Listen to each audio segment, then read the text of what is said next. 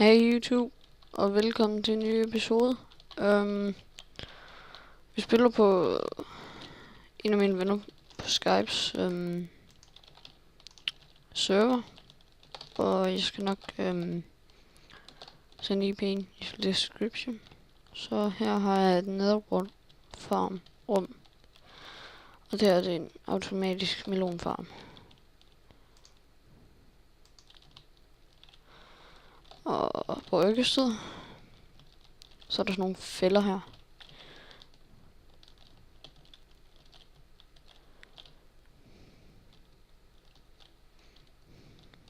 Ja, som I kan se, er jeg kreativ.